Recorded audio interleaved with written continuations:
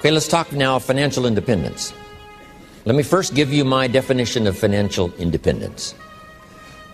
Number one, the ability to live from the income of your personal resources. This should be every person who lives in a free country, especially a capitalistic country. This should be everyone's goal, to someday be able to live from the income of your personal resources. Now, how many resources you need, right, depends on how you want to live.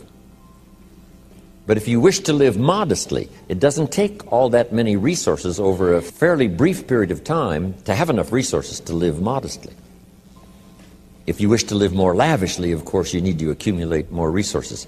But that's my view of financial independence, so that you can live from the income of your resources. Now, here's what else that does.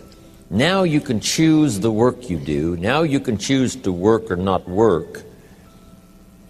Now you can work not because you have to, but because you want to. When we talk to kids about financial independence, we say, do what you have to as quick as you can so you can do what you want to as long as you can. Next key phrase. Economics is major. Everybody should major in economics, because it's such a vital part of your life. A paycheck is so vital because, first of all, it provides for you and the family's survival. Second, it provides for the opportunity of success. Some people feel we shouldn't spend that much time talking about money, but we really should. Someone says, well, you know, money is the root of all evil. Not true. Here's what it really says. The love of money is the root of all evil. And I'm sure everyone here has dispensed with the idea of falling in love with money, because that serves no purpose. Here's what's noble, what money can do. The projects it can support. The relief from debt it can create. Building a financial wall around your family nothing can get through. So economics is major. The key, of course, is what you do with it. If you earn a lot, you should give a lot. Key phrase from antiquity, here's what it says. If you've been given much, now much is required. If you've been given great responsibility, much is required. If you've been given much wealth, now much is required. Everyone has to solve this about the money to go for. Should you go for the money? Should you go for success? You should earn as much as you possibly can in the reasonable time devoted to economics, job, business. Reasonable time devoted to economics, job, business, future, enterprise. With that enterprise and with that job, the key is to earn as much as you possibly can, as you balance your life with everything else. Not at the sacrifice of your friendships, not at the sacrifice of values, not at the sacrifice of integrity, not at the sacrifice of wiping out other values in your life, but within balance of everything. Go as far as you can, earn as much as you can, share as much as you can. Jot this question down. Is it possible in America to multiply your income by 10? Kids would be fascinated with this question. Is it possible to multiply your income by 10? And the answer is, of course, yes. Could you repeat that after me? Yes, of course. That helps to emphasize it. That's called exclamation point. And kids with wide eyes will say, is that right? Can you start at the bottom and someday multiply your income by 10? The answer is, of course, of course, of course. Now, if you multiplied it by 10, can you think of anybody that makes $500 an hour? I'm telling you, the Beverly Hills lawyers where I live make at least $500 an hour. Now we've multiplied income by 10 again. Would it be possible to multiply your income by 10 and then multiply it by 10 again? Now, see, that's a little weak. I'm trying to make you believers. To those that believe, here's what Scripture says. All things are possible. There isn't anything that's impossible. The most incredible things are possible to believers. Not hopers. Not hopers. Believers. Wow. $500 an hour. Would it be possible to multiply your income by 10 again? Of course. $5,000 an hour? What do you suppose I get paid? I'm telling you, it's possible to multiply your income by 10, and then by 10, and then by 10. I lecture with Norman Schwarzkopf, the old general. Guess what he gets paid for his speech? $65,000 for 1 hour. 65,000, not 5,000, right? 65,000.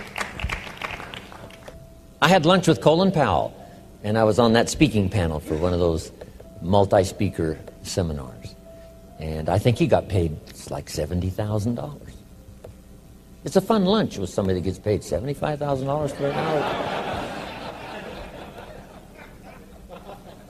Unbelievable. Now, the person that's on up here, right, like Bill Gates and, who knows who else here, that makes $68 million in 1 year. We say, well, is that legitimate to pay someone $68 million in 1 year? And the answer is, of course. If they helped the company make $1 billion last year, would the company pay them $68 million? And the answer is yes, it's chicken feed. It ain't that much. Key phrase to jot down, everything is relative. Everything is relative. What might seem like a lot now, I'm telling you, some time from now for you won't seem that much. You say, wow, I was a small thinker back then, thinking, $4,000 a month was a lot of money. $8,000 a month was really something. I remember those days when $8,000 a month was unbelievable. And then $15,000 a month. Wow, I couldn't believe it. How about $20,000 a month? Incomprehensible. And I flew on by that. How about $30,000 a month? I flew on by that. Unbelievable. How about 50? How about $80,000 a month? I remember when I went right on by. It was incredible.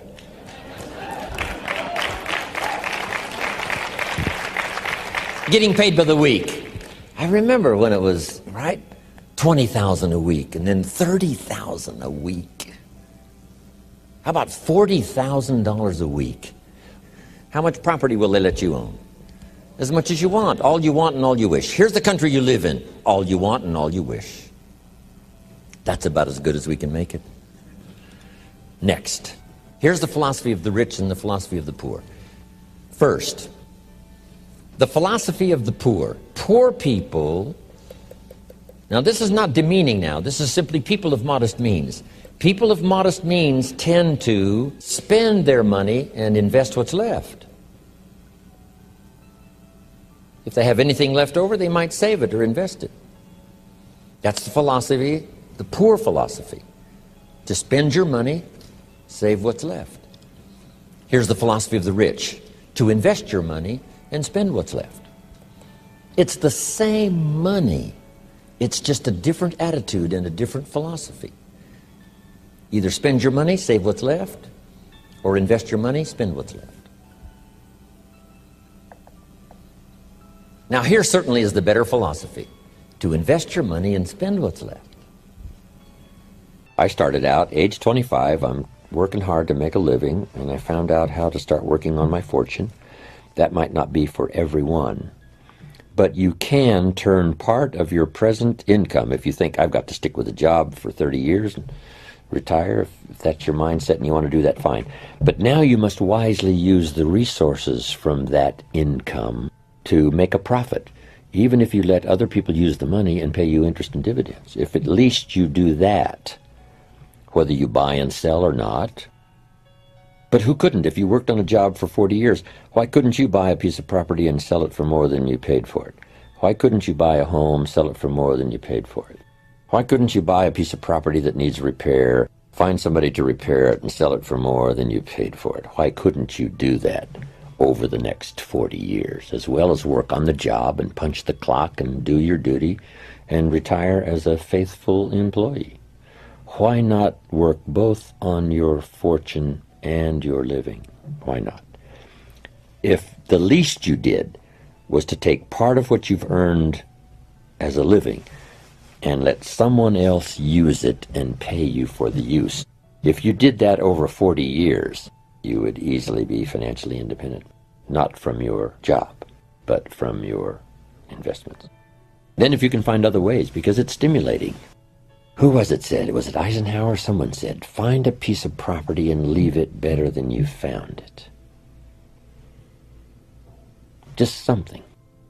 Claude Olney, who put together a program called Where There's a Will, There's an A, became highly successful as an infomercial. He came to my seminars years and years ago before he put that program together, and he said, I've got an idea. What do you think? I said, it's a winner. Sure enough, made him millions. He made money on every car he bought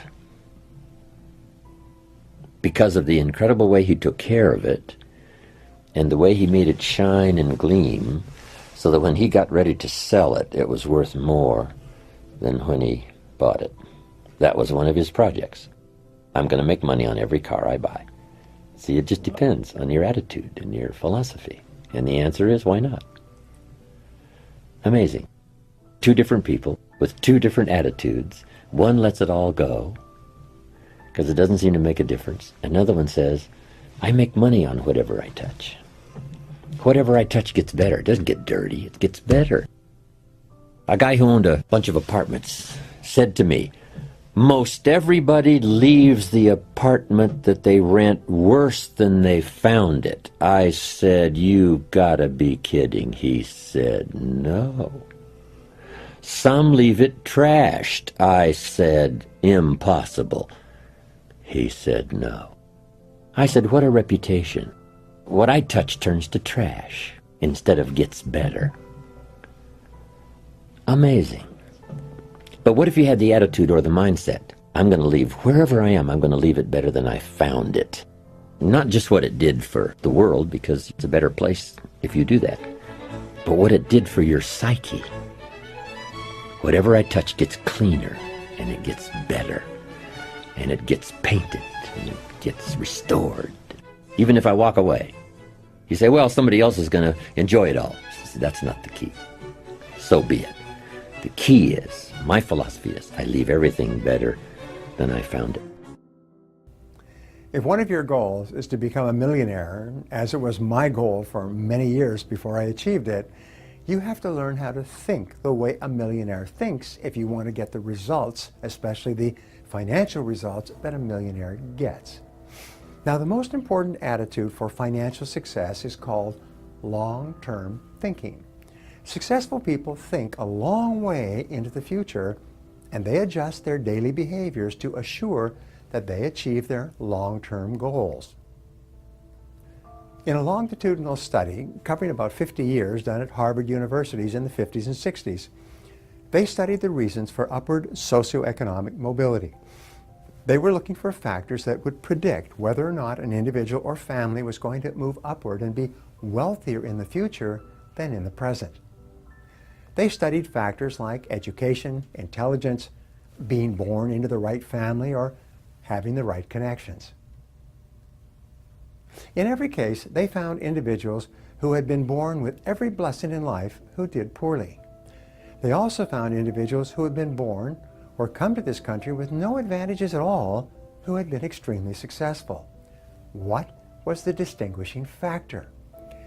They finally determined that there was only one key attitude that mattered, and they called it time perspective. This, by the way, was one of the greatest breakthrough discoveries of my life, and I've never really quite recovered from it because it was so important. Time perspective refers to the amount of time that you take into consideration when planning your day-to-day activities and when making important decisions in your life. People with long time perspective invariably move up economically in the course of their lifetimes. When you spend weeks and months and years developing your skills and ability and expanding your experience in order to be successful, you have long time perspective. The average professional person has a time perspective of 10, 15, and 20 years. They're willing to invest years in university and master's degrees and doctorate degrees, and then years of training as accountants or doctors or dentists in order to be able to make a wonderful living for the rest of their lives. They have long time perspective. This is a characteristic of people who move up rapidly socioeconomically and financially in life. So begin to see that everything that you're doing today is part of a long time continuum, at the end of which you're going to be financially independent or financially unfortunate. People with short time perspective think only about fun and pleasure in the short term. They have what economists call the inability to delay gratification. They have an irresistible tendency to spend every single penny they earn and everything that they can borrow, thinking that the money will always be there and that life will last forever. When you develop long-time perspective, you develop the discipline to delay gratification in the short term and to save your money rather than spending it. The combination of long-time perspective and delayed gratification puts you onto the high road to financial independence. Now, here are two things you can do to develop the attitudes of financially successful people. First, think long-term about your financial life. Decide exactly how much you want to be worth in 5 years, 10 years, and 20 years from today. Write it down. Make a plan. Take action on your plan every single day. And the second thing that you can do to assure your success in the long term is to develop the ability to delay gratification. Instead of buying something on impulse, put off buying decisions for a day, a week, or even a month. Decide in advance to think it over before you buy anything. This can change the way you spend money almost immediately. Your ability to think long-term about your life and to set 10 and 20-year goals for yourself, and then come back to the present and make sure that everything you do today is consistent with where you want to be in the future, is the hallmark of people who become millionaires in the course of their working lifetimes.